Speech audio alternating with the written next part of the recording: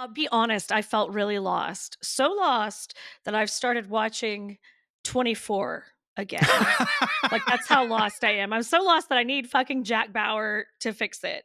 So, yeah, that's what I am doing. I was really sad, and so I need a brave man to save America from terrorists, and he only has 24 hours to do it.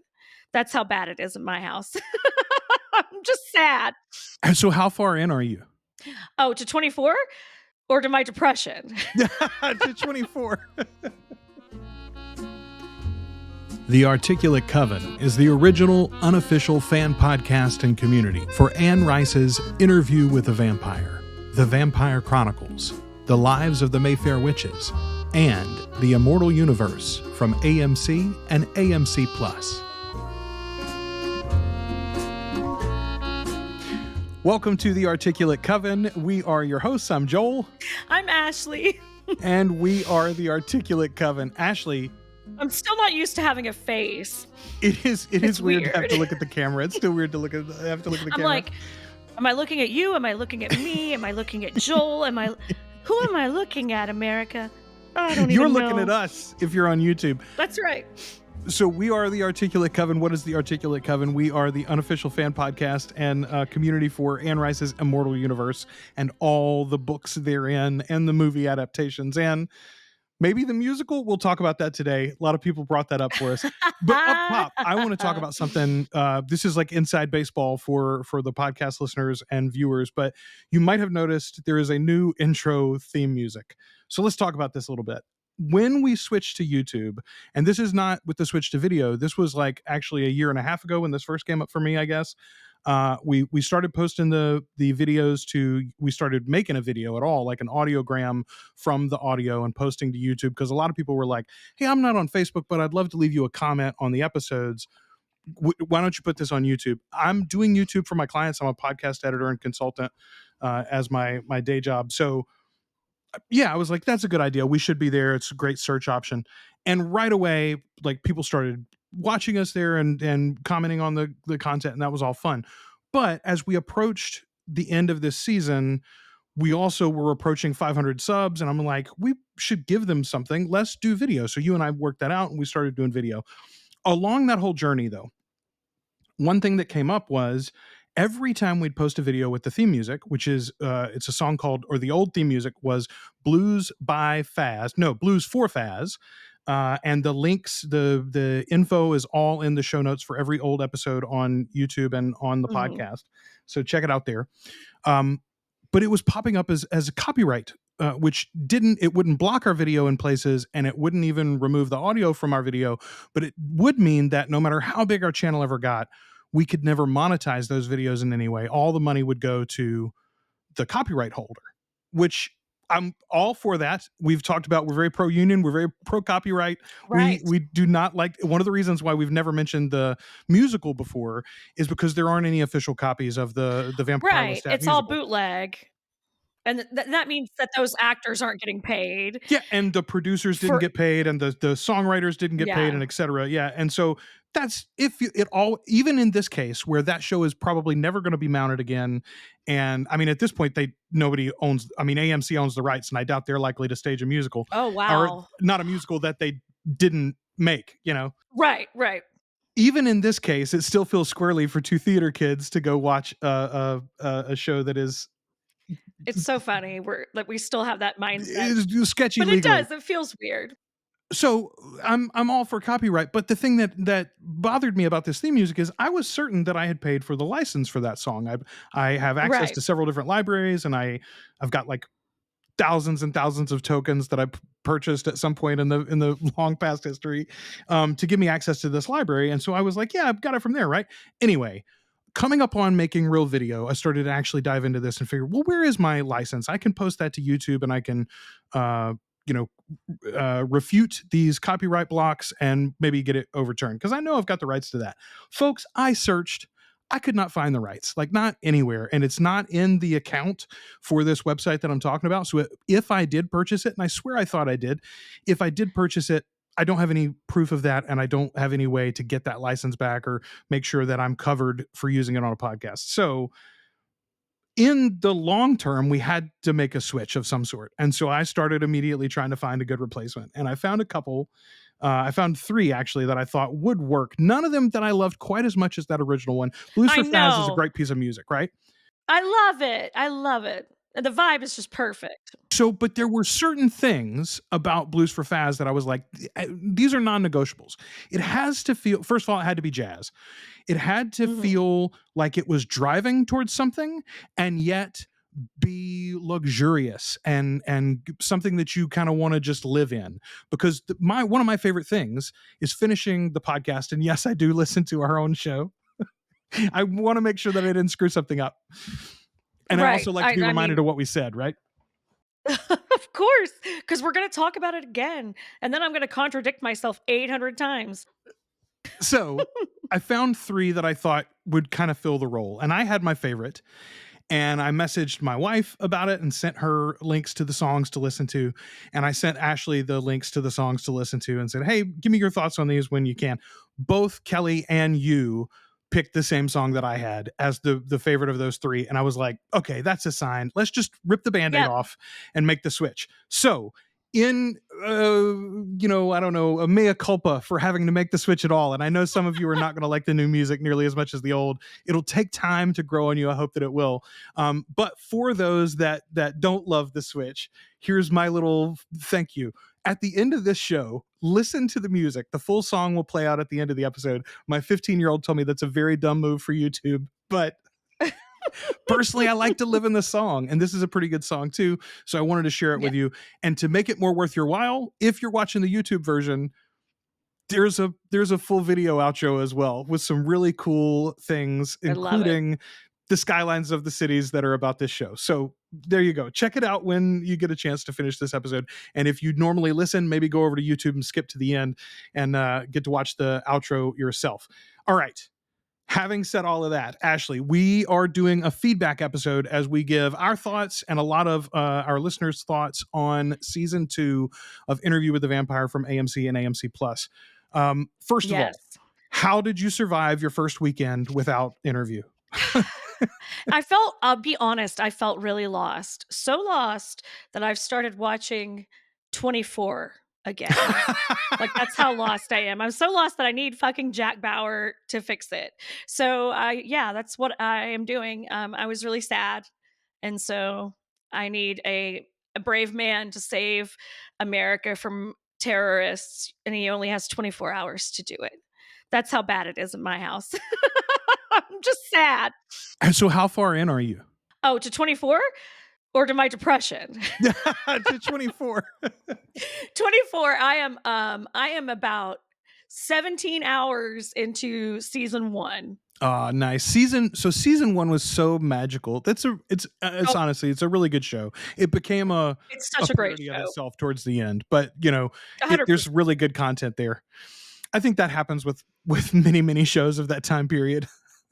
Well, it's really crazy. I was talking about it with someone and they had no idea that it was like shot and shown in real time. And they were like, "Wait, what? They did what now? On television, on network television?" I was like, "Yeah, like 8 seasons of it."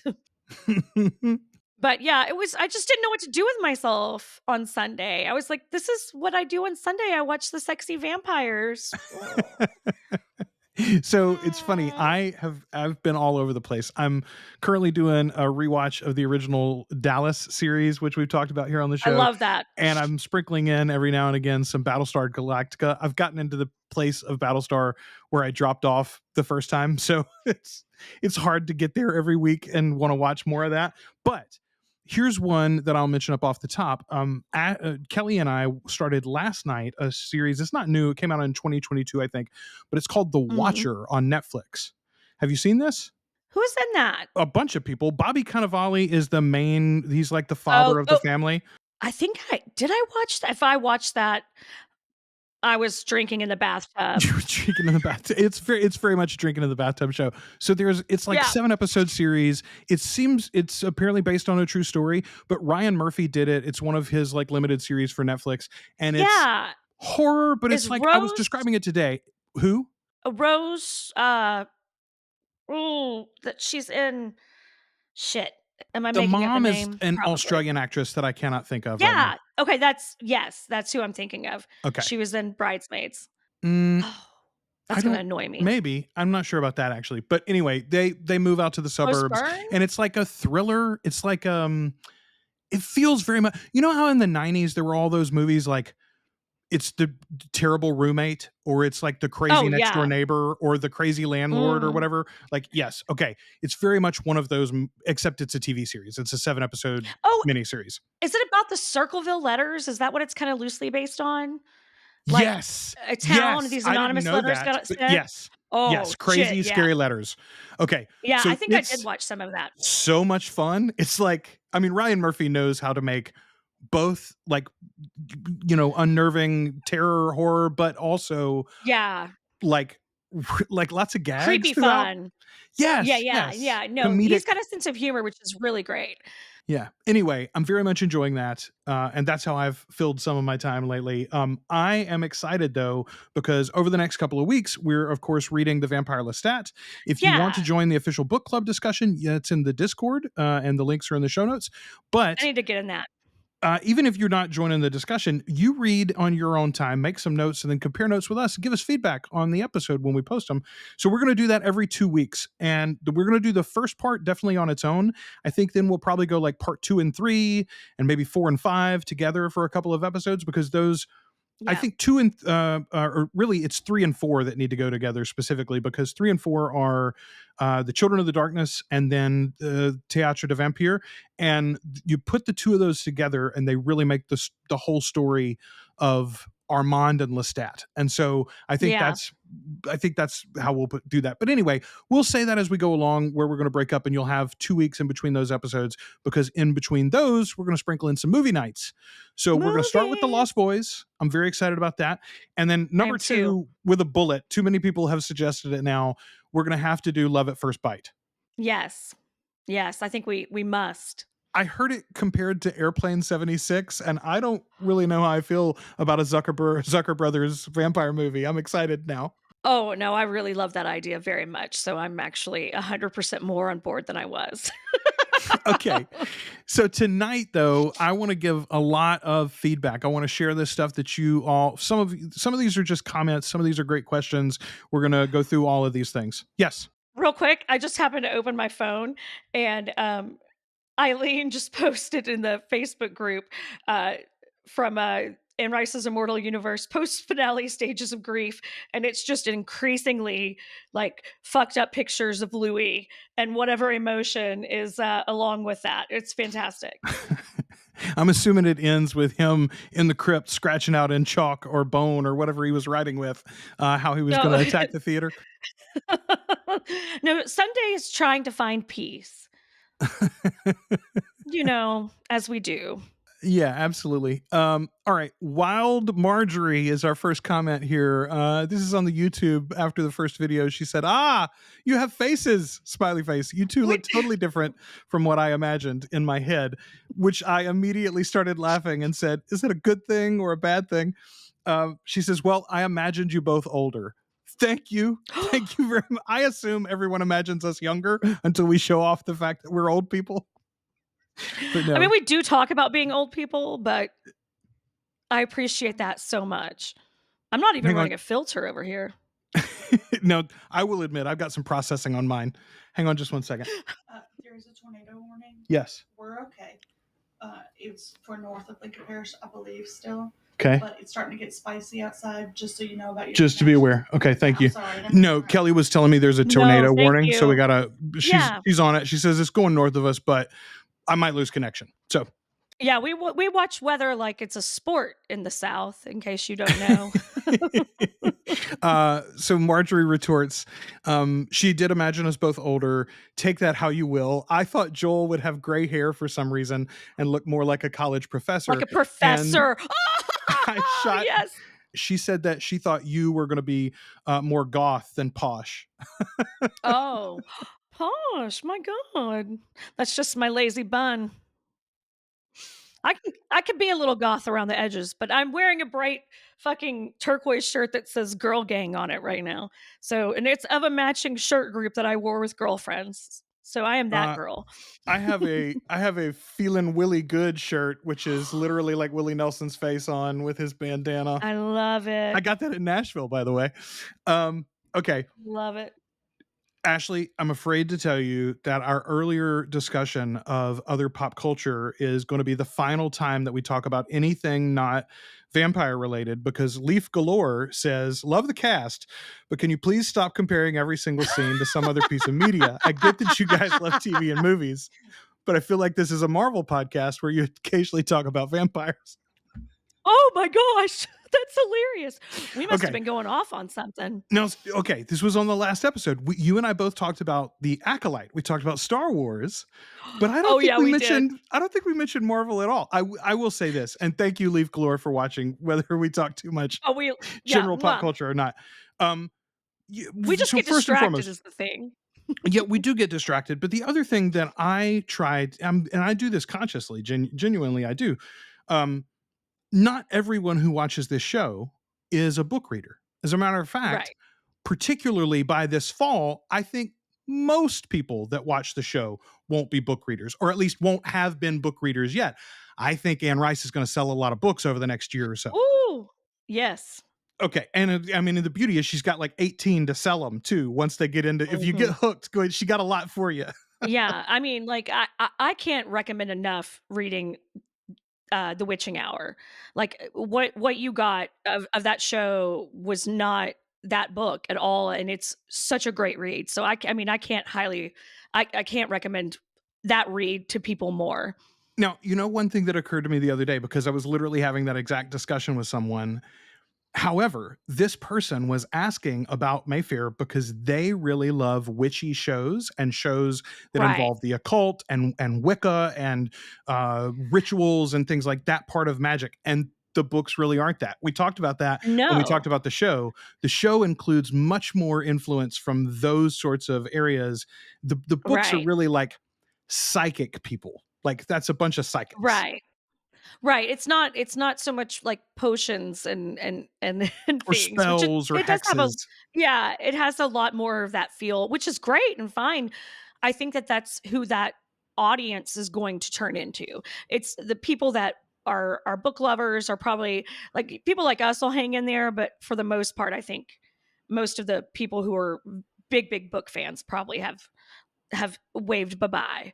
I think the Yes. casting of Buffalo Bill might have done it for most people, as it's very difficult to think of Julian telling me to put lotion on my skin in that way.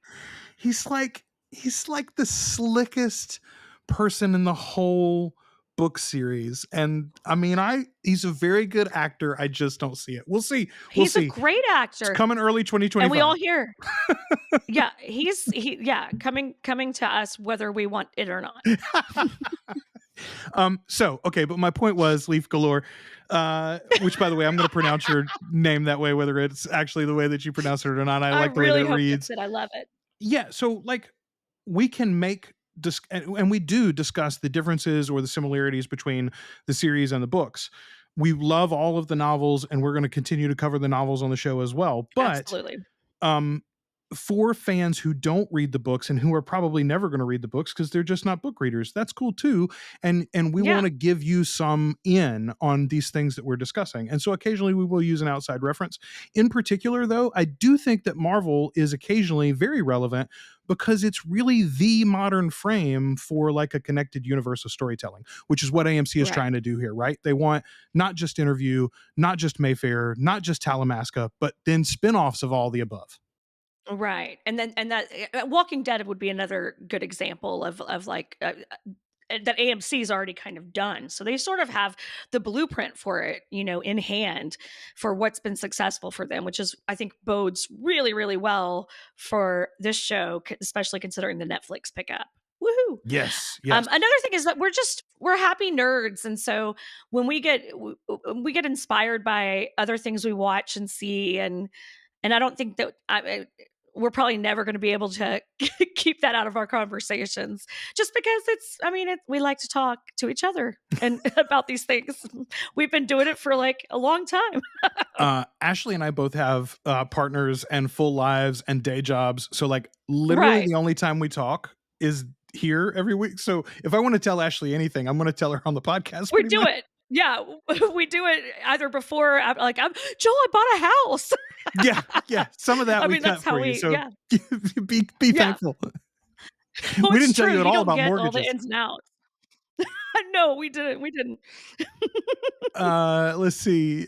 Ermimaladev. I'm not going to be able to pronounce all these names.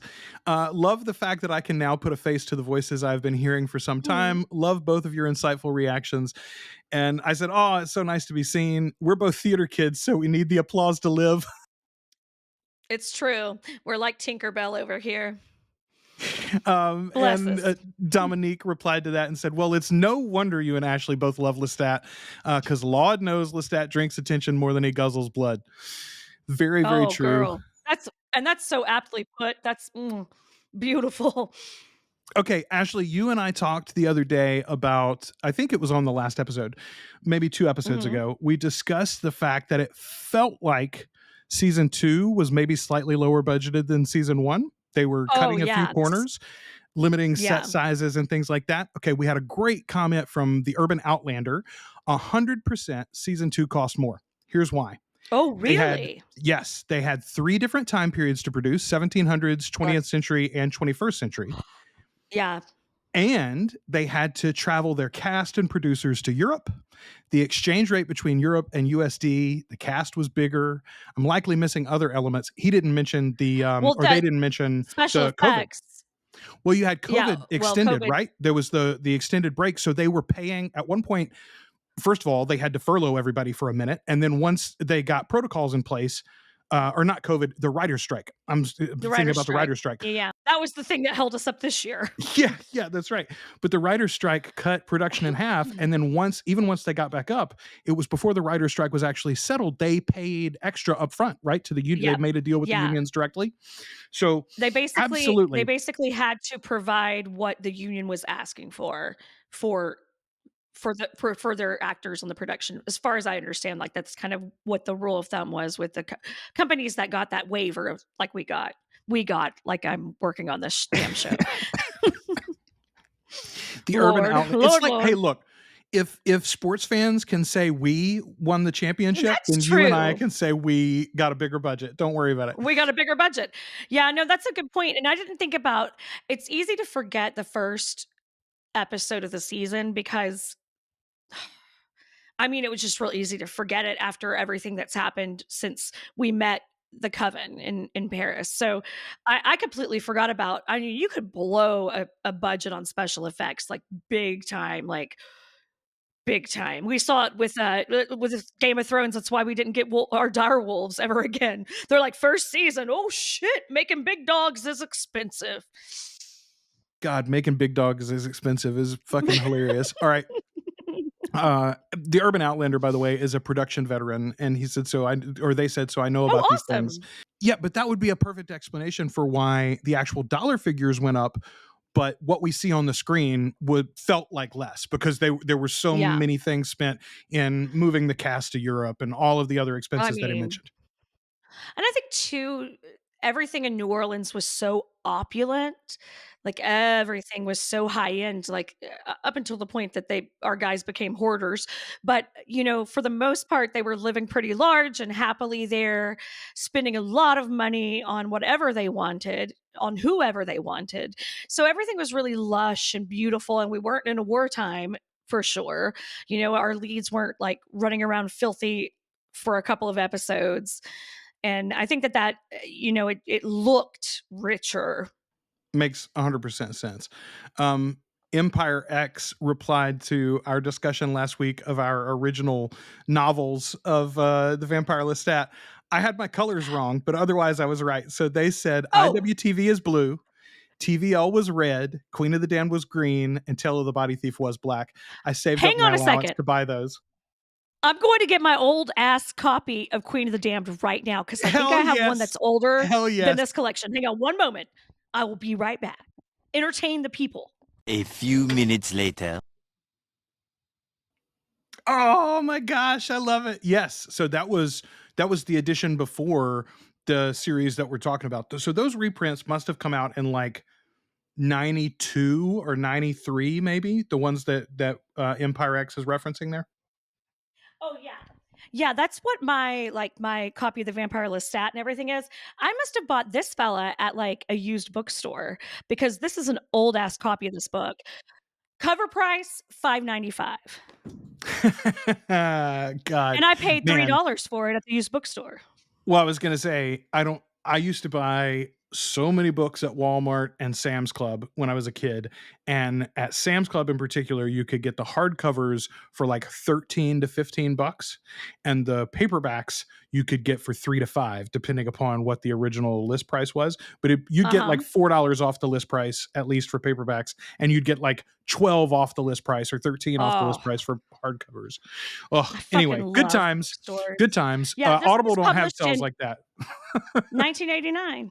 Oh, okay. 1989. But see, okay, that shows you the popularity of that book in particular, and by that time, the popularity of the whole series, that they would do an entire different edition just 3-4 years later for the early 90s. Yeah, and that's I mean, it's marked the #1 bestseller. Author of Interview with a Vampire and the Vampire Lestat. Yep. A tour de force, says the Boston Globe. I just thought it was fucking hilarious that I found all these like this week when I was moving. I went and looked. And I think I've got mine in a box somewhere still. I haven't looked in every box, but I looked on all my bookshelves and I don't have any of mine out. I know I only own in actual like physical copies the original 4.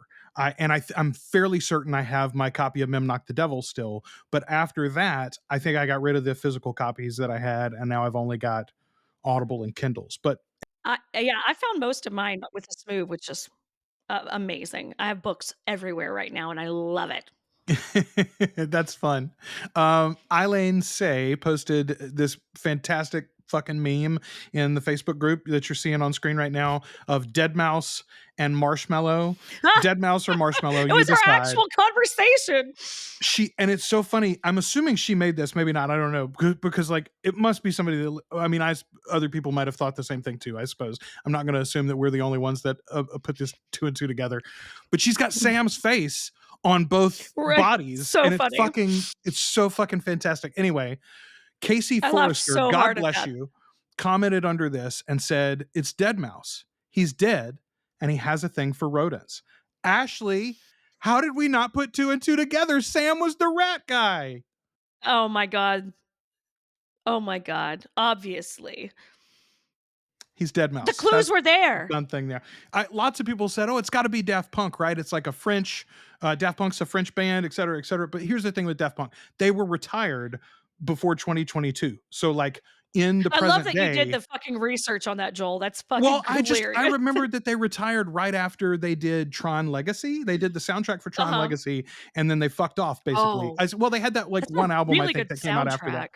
Oh, it's amazing. It's fantastic. Anyway. So fucking good.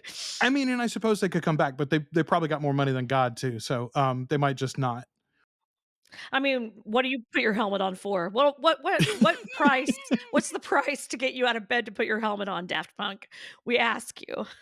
Okay, so in the Facebook group, Ashley Hamilton posted for us, "Ashley and Joel listening to the pod with my niece, and the literary device used by Louis with repeating Claudia is dead is called epistrophe. This is one of those times that we've discussed previously when talking about the books.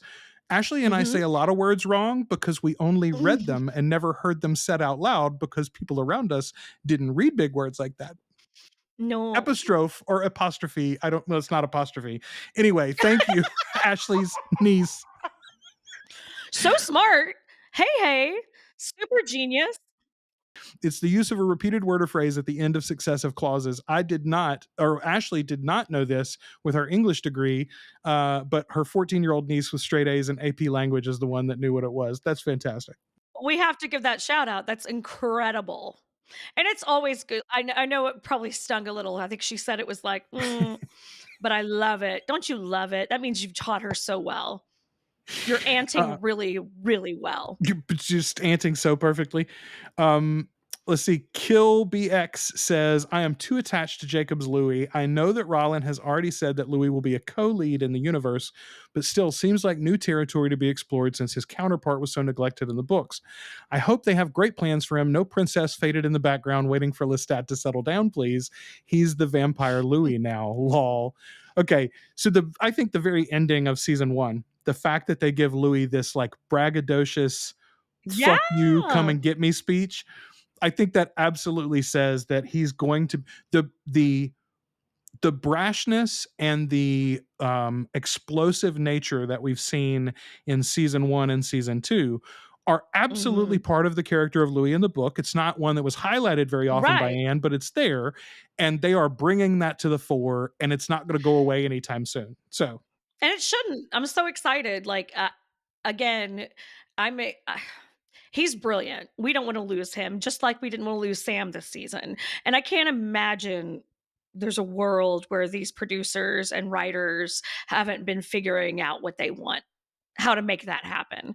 Also, I think that that's a big piece of keeping this cast happy. They love working together. Like, they love working together. They talk, the way they speak of each other is so lovely and kind and appreciative and loving. I really think that that's part of making the set a place they want to go to.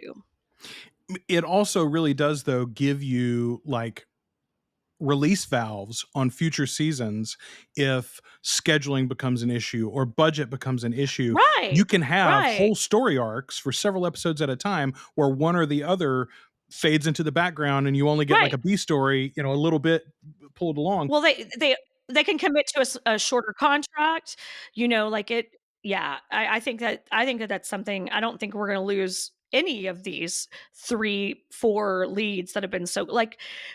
There's no way we're not going to see plenty of Daniel Malloy going forward. Yeah, Come on, absolutely. and like and Assad as well. yeah, 100%. Like they've they've worked too hard on making those characters so integral and making their development so stunning. I mean, we know the shitty things Armand has done, but I've just never seen it and never in my mind been able to like parse it out so specifically as it lays out this season in the show. It's just he seems like the biggest piece of shit that I also love, that is also very handsome, and I don't understand why. Elizabeth Polanco says in the Facebook group, I will be happy with whatever is planned for season 3, but an almost famous style season with Daniel following Lestat's band on tour would be so much fun. Okay, I had not even conceived of Daniel being on the road with Lestat. And of I course, hadn't in the either. book at least, it's not really a tour. We have the one big Right, concert and then he never gets to perform again, right? So right. I don't know exactly how they're going to do that, but the idea of him being a rock and roll journalist, which is what Oh, in the show, that's what we're presented with, right? He's the kind of guy who's like a modern day Hunter S. Thompson, who's written right. these Yeah, like, he's got you know, engaging but he is also insightful articles and books. right. He's also kind of a known asshole, and he's like a known addict. Like it's not a secret. Like people know that about his character. Yes. So he's I loved the version of him we saw at the end of the season. Like that him healthy, him without any sort of like self-doubt. It was so cool to see him level up in that way. I really, really I loved it. I mean, Well, I knew immediately. I was like, "Oh, fuck it," because I told you I looked at his fingernails and I was like, "Oh, fuck, look at his fucking fingernails." And I just, oh, I love that they slow rolled it a little bit for people that maybe wouldn't have noticed things like that. Though you said you were cute off of the glasses, and that yeah, makes he's perfect wearing sense too. sunglasses inside in the Yeah, studio. And I was like, inside, yeah, he's not he's that got bad guy. eyesight. He's an old man. He wears Yeah, glasses, not sunglasses. yeah, but he don't need them Um, no more. He don't need his glasses. His eyes are fixed. Elizabeth also says, I'm also going to need a scene of devastated fans and groupies when Lestat dedicates all the songs to Louis. Oh, except the ones he dedicates to his mom. Okay, so here's my thing on that. As soon as Elizabeth posted that and I read it, I thought to myself about the widespread adulation of Travis Kelce and Taylor Swift right now. Uh-huh. And so Mhm. like I don't think Taylor Swift when I think rock star. She's obviously the No. biggest star in the fucking world, right? But Oh, yeah. I don't think of her as a rock star. But here's what is true. She's currently the queen of pop music, like no doubt. She made billions with Yeah. a B on her tour, like literally People were changed causing the economy of seismic cities. Yeah, and, like, people were causing seismic activity inside those arenas. Like, that's fucking crazy. That's crazy for a bunch of friendship-wearing bracelet girls. I love it. I love it. I love it for them. But when the queen of this, pop party finds a beau like mid tour and that guy is constantly around, he's even on stage, like he carried her out on stage. Like in my mind, I'm like, yeah, Louis is going to carry Lestat on stage at one point, and the fans are going to swoon over it. And Lestat is going to be a thing in the universe as In well the as universe, in the fandom. Yeah, I guarantee. Like that's I what think I that's see. hilarious. Particularly because if That's you're more gonna, merch. well, yeah, but you want to center Louis, right? So fucking have him be with Lestat during all of this. Yeah. Anyway, um, It's nothing I'd be mad about. right? A couple of questions about Mike Flanagan. We talk about Mike Flanagan stuff a lot. I know we said we weren't going to mention any more pop culture. Um, uh, Nikki Hyde says in the Facebook group, seeing all the Mike Flanagan love here, maybe we do a group rewatch of Midnight Mass in the off season to keep things vampy. I think there's a real crossover between the vampirism and faith narratives in both Midnight Mass and Anne Rice's works. It's so funny. I think you and I have even talked about, I love it. oh, Midnight Mass is so good. I'm absolutely down for a rewatch. It's only, I think it's 6 episodes, maybe 7. So It's it's like so good. very bite sizable too. But when I watched it, the first thing I thought was, boy, Mike Flanagan had as much religious trauma as I do to process. Right. So like Right. kudos. I feel even more aligned with him than I did previously. But the other thing that I thought about was, I think Mike Flanagan decided he was never going to get to adapt an Anne Rice work. And so he wrote his own. Like No, I mean, his that's not vampires are obviously very different. Like that's a whole different world in lots of ways. And I would love to talk about those differences.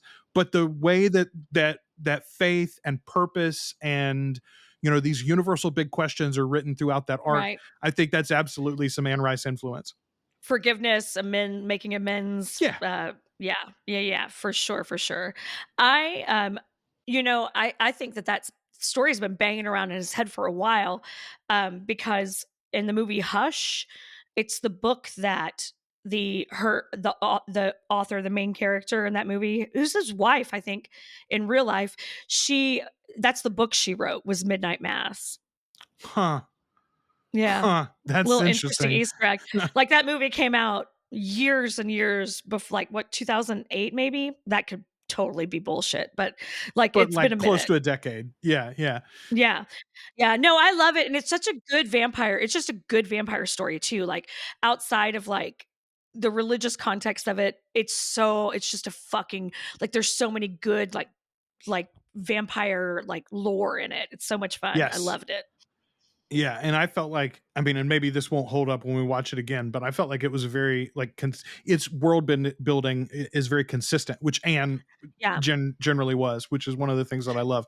Like you don't Yeah. spring new things on you. Even boy, and I'm rereading the Vampire Lestat right now for our book club, which we mentioned earlier. You and I were talking about it before. There's so many things in that you think, boy, she came back to this 20 years later, and Mhm. and Right, and just as passionate about it, just as like, I that's the thing about these characters and Anne that I think is particularly special. I don't think that many writers can carry a series through like this, for that many years, that many decades, as your fandom grows and changes. I think it's very difficult to keep things up at a certain quality. And of course, like we know, I haven't read all the newest ones, but that she was still so passionate about these characters, that she was still so passionate about that Lestat kept coming back to her. Like, she thought she was done with him, but she wasn't. You know, you're never done with him, or none of us are ever going to be done with him. You know, thank you for that, Anne. We appreciate it. But like, I think just the passion she has for the characters is something that makes her really special and makes the series special and makes it matter to us, because if we didn't love these fucking characters, we wouldn't give a shit 30 plus years later.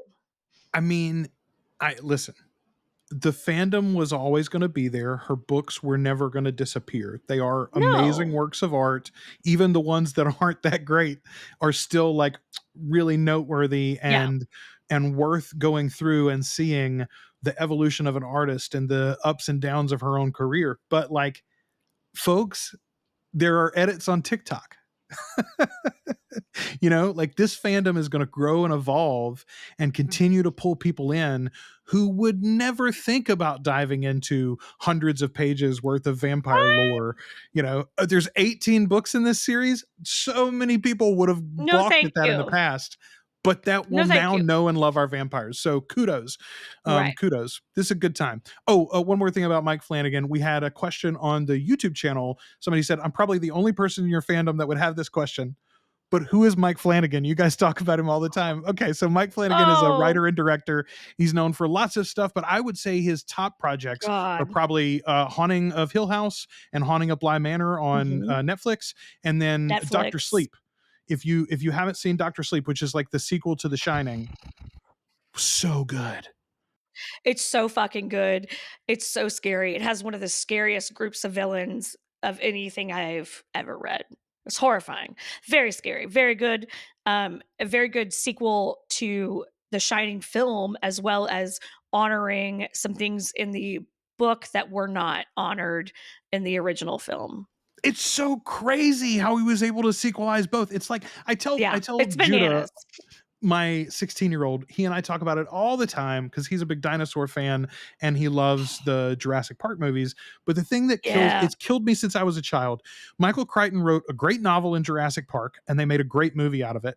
And so he wrote a sequel to that book, except he sequelized the movie, not the book. There are characters that die in the book that don't die in the movie and vice versa. And his second novel sequelized the movie, not his own novel. And then they didn't use the novel to make they used the title, but not the story at all. It's like a totally different story. Every time I think about it, it kind of drives me crazy. Anyway. The fuckery of that. That is truly annoying. And I agree with that. I saw Jurassic Park 13 times in the movie theater because I love dinosaurs that much.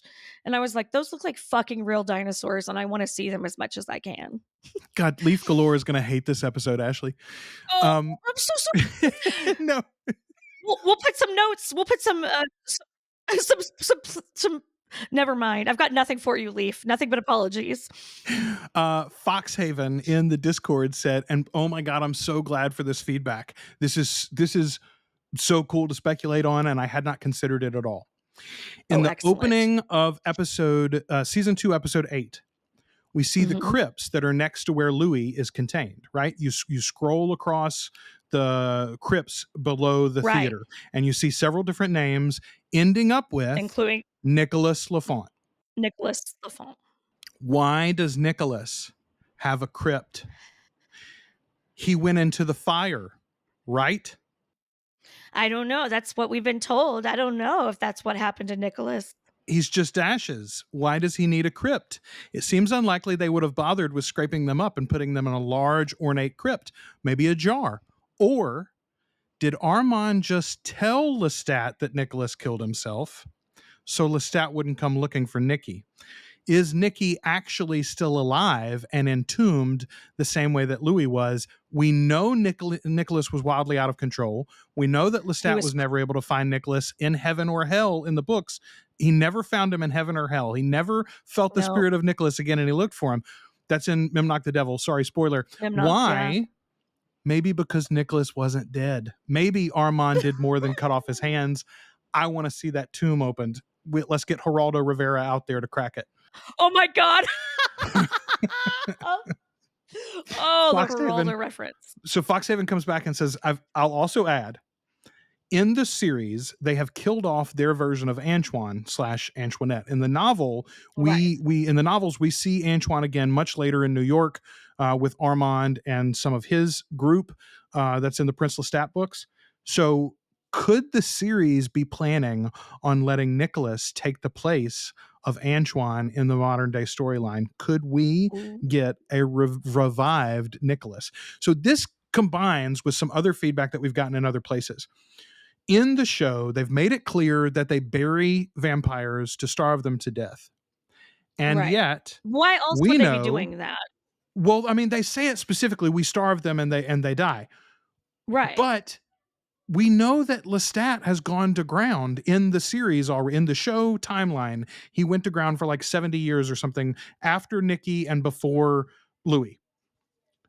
Right. So do they die when they don't eat or do they not? And to my mind, this could be the answer to it. And now that I think about it, reading the Vampire Lestat, the Coven under Les Innocents buries some of the crazy elder when they have a problem vampire. Yeah. One of the things that they do is entomb them. I totally clocked Nikki's tomb down there, and I did kind of wonder the same fucked up things because I mean, at least it brought up the question, like, what the fuck is happening? Why the fuck is and all of those names, everybody is just in there like half dead, not quite dead, somewhat dead, mostly dead? Yeah, I think genuinely that this is one of those things potentially like our questioning the telepathy from Lestat in episode 2 after Louis Right. made that turned out to be there on purpose. It was to show us,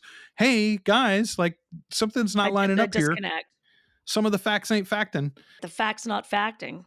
The bullshittery of it all. I I am uh, I am very interested to see how moving into the next season we sort of deal with the whole Armand of the situation because we've got to move him back around to where he's somewhat likable.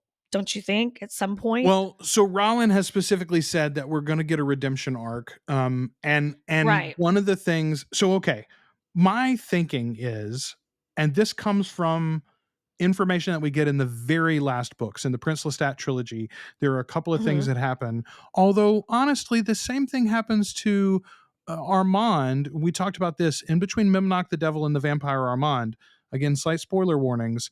Armand goes into the sun at the end of Memnoch Right. the Devil, survives and is revived and is fine by the time the Vampire Armand starts. He's back to Yeah. his old self.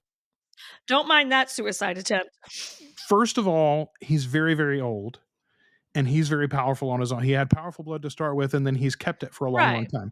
But then also he's resuscitated, I think, by some vampiric blood, and I can't remember who he drinks from, but he drinks from somebody and gets some help. Lestat at different times seeks out Armand for healing blood. He drinks from Akasha, who we've mentioned in the series already. He drinks from Marius, who we've mentioned in the series Marius. already, and heals at different times. The other thing that happens is when they go underground, their powers are actually amplified when they come back up and are rejuvenated. So once they're back to their old selves, they're always much stronger than they were before they went under. So Yeah, it's like getting like a beer and a shot. yeah, well, or like it's like you were training while you were down there or something. I don't know. I mean, what's Right. happening is the vampiric blood is having to work even harder since you don't have any new influx to change your cells into something that is truly immortal. I think that's the way that Well, Anne's kind of and explained the it. blood, yeah, because like the blood that's coming into you is stronger than the blood that you've got pooling around in there theoretically, or adding to it overall. Foxhaven, brilliant, brilliant idea there, and I really do think you might be onto something. The Yeah, I Antoine agree. character in the later novels is not a major player, and it wasn't like super emotionally affecting when you realize they made it through the centuries and are here in the modern day. Right. Whereas if we meet and fall in love with Nikki and we have the tragic end that we get in the books, You and get then more of a also payoff. he's fine in the end, boy, that could be really, really cool. Yeah. That might be good for Lestat's emotional well-being. Yeah. Okay. This user says the Lestat animations showed him clutching a big red box to his chest on 2 occasions during the play. Any theories on what that could be? So correct me if I'm wrong, Ashley, or tell me if you had another idea, but I assumed when I saw that, and I did notice it in the animations, I thought it was the music box. It's Nikki's music box. Oh, now I did not clock it in the animation at all. I was I need to go back and watch just for the animation. I stay just like horrified by what's happening on stage so much. It's really hard for me to focus in the background, but there was all kinds of good shit in there. So I know I need to go back and like just do that kind of watch for it because the One of the trauma. things that I had missed was when the Coven is calling Lestat, he's sitting on the boulevard in New Orleans eating he's eating beignets A or beignet. eating Yeah, donuts or whatever. I did clock that. I did clock that, but I loved them on the side of the yeah, but I missed the gift. So he's holding this box. It's first of all, it's a red box. The music box was red in season 1 when we see it, and Mhm. then the 2 times that it's shown in the animation, one is the very first time when he mentions losing his fledgling Nikki, and then the second time is in New Orleans when Yeah. Louis in his ennui and they're showing like the hoarding stage. There's an image of him holding it then too, which is like, I mean, that Yeah. makes sense. He's mourning Louis Yeah, while that Louis makes is still there because he's mourning Nikki. yeah, that makes 100% sense, yeah. Good catch, I totally missed that. I mean, again, the trauma. Okay. Sarah Brown says Louis' pebbles remind me of season 1 Claudia's "We keep the damage so we remember the damage." Also, Daniel's trademark violet eyes are not violet in the show. Could the writers be that lazy, or perhaps could someone with a unique ability being with a unique ability be walking around wearing Daniel, and that accounts for the different eye color that we should be seeing? Okay, first of all, I'd forgotten in the novels that Daniel's eyes are violet. Did you I did remember too, that? that didn't no, that didn't sit with me like Louis' green eyes, that's, like, very described Feels and integral. I can Yes. see yeah, it feels very important, but I don't know, I never thought Daniel's I never no, I it didn't even register to me either, to be honest. His eyes But sort also, of shift. I'm yeah, I've not ever been as interested in his character as I am now.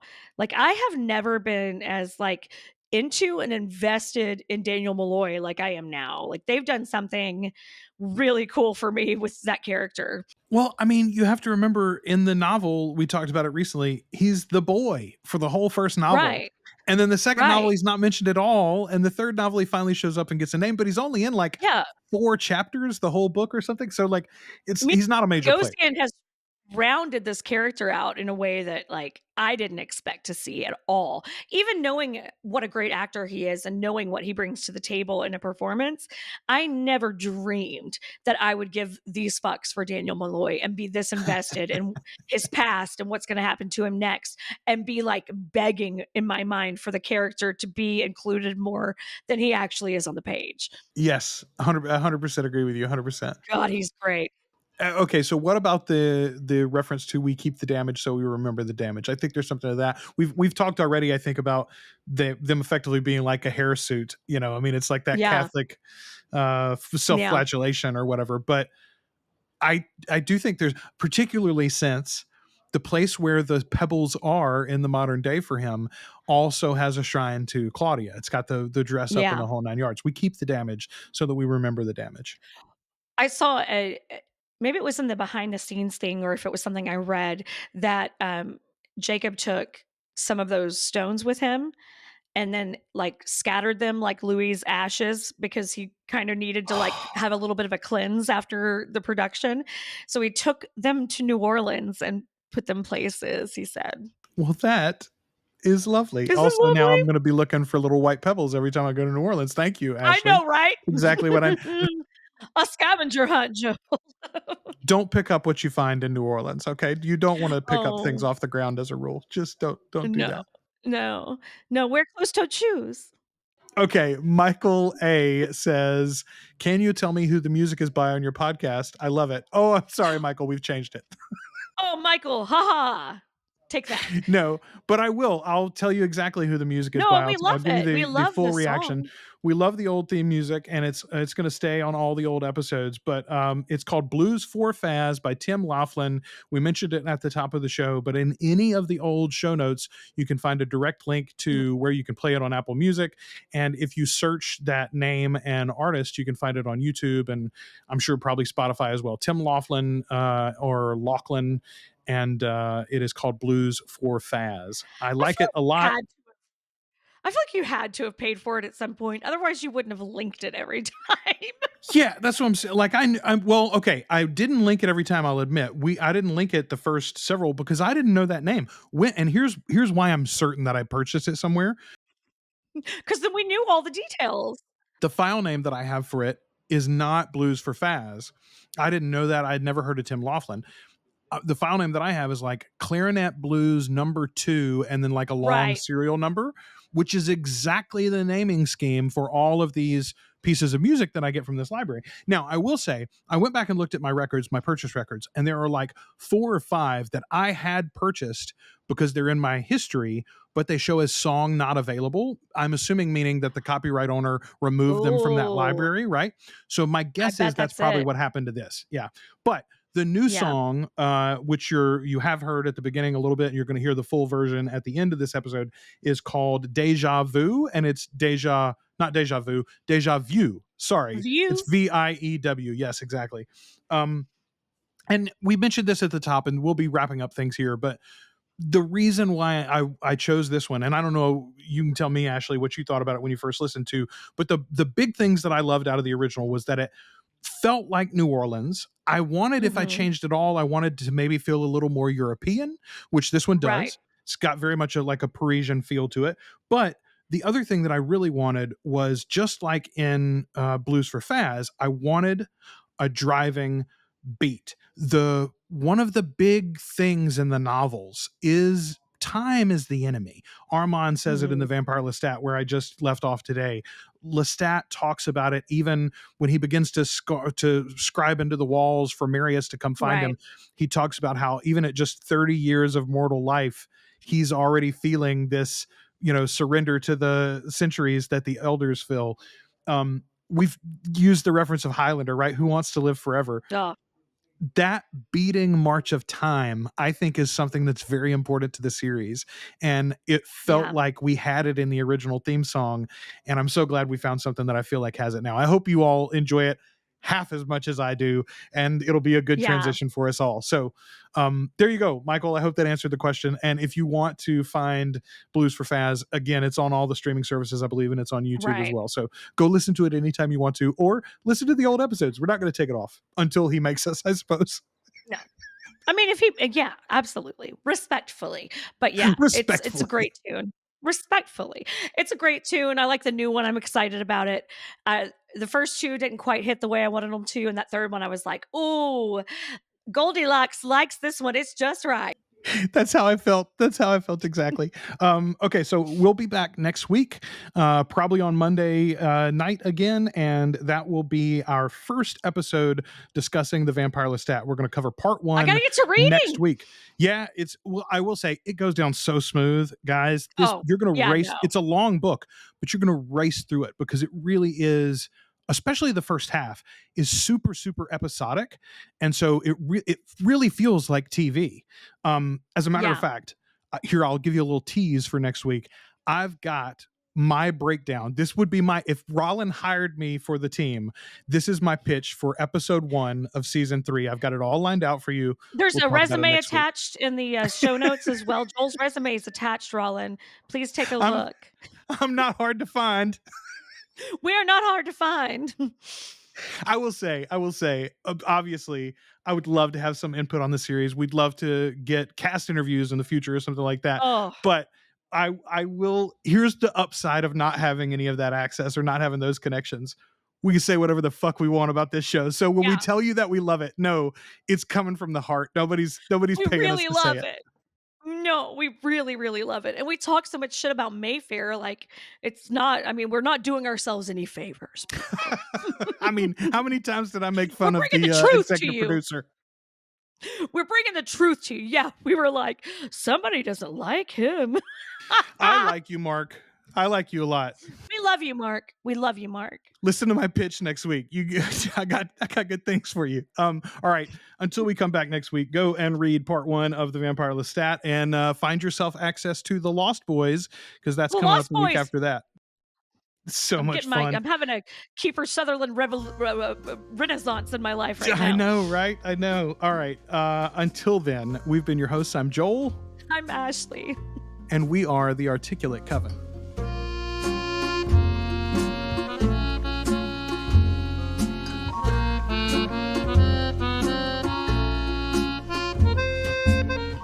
Thanks for listening to The Articulate Coven. If you enjoyed the show, check out our groups on Facebook and Discord. Subscribe to the channel on YouTube. Or find us at articulatecoven.com and wherever you listen to podcasts.